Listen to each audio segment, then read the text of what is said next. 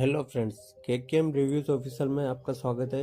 आज हम रिव्यू करने जा रहे हैं हाल ही में रिलीज हुई फिल्म द राजा साहब, जिसमें मुख्य किरदार में प्रभास, जरीना वहाब, निधि कुमार, निधि अग्रवाल, मलाइका मनोहन, संजय दत्त और बोमन ईरानी।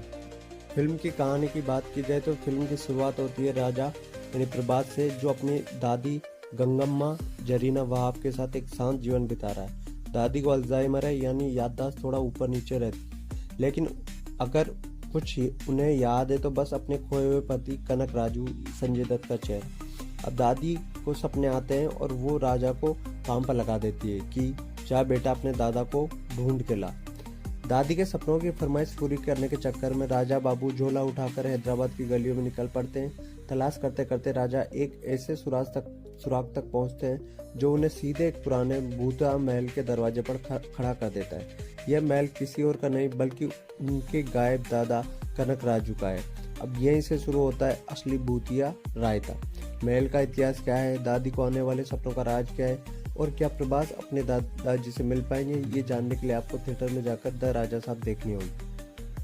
फिल्म के डायरेक्शन की बात की जाए तो फिल्म का डायरेक्शन मारुति ने किया है। उनके पास एक शानदार मौका था कि वो प्रभास के डार्लिंग वाले चार्म को एक तगड़ी हॉरर कॉमेडी में फिट करे। पेपर पर कहानी का आइडिया बुरा नहीं लगता, लेकिन पर्दे पर उतारते समय उनका विजन थोड़ा भटक गया। फिल्म में उन्होंने झाड़ फूंक, हिप्नोटाइजिंग, तंत्र मंत्र और सुपर नेचुरल ताकतों का ऐसा कॉम्बो पैक बनाया कि अंत तक आते आते ये समझ पाना मुश्किल हो जाता है कि फिल्म डराना चाह रही है या हंसाना चाह रही है या फिर कंफ्यूज करना चाह रही है। यानी इसे देखकर ऐसा लगता है कि मारुति जी ने हलवा बनाने की सोची, लेकिन कढ़ाई में पनीर, पास्ता और पोहा सब साथ एक साथ डाल दिया।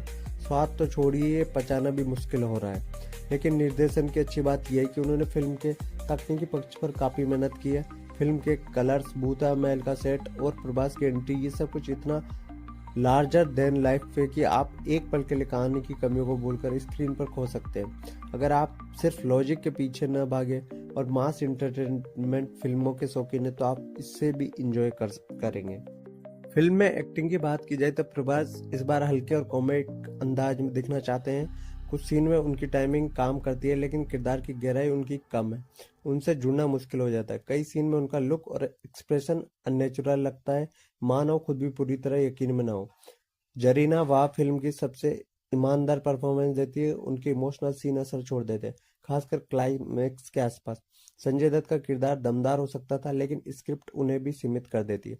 तीन तीनों अभिनेत्री मालकिया मोहन, निधि अग्रवाल और रिद्धि कुमार कहानी का हिस्सा कम और सजावट ज्यादा बनकर रह जाती।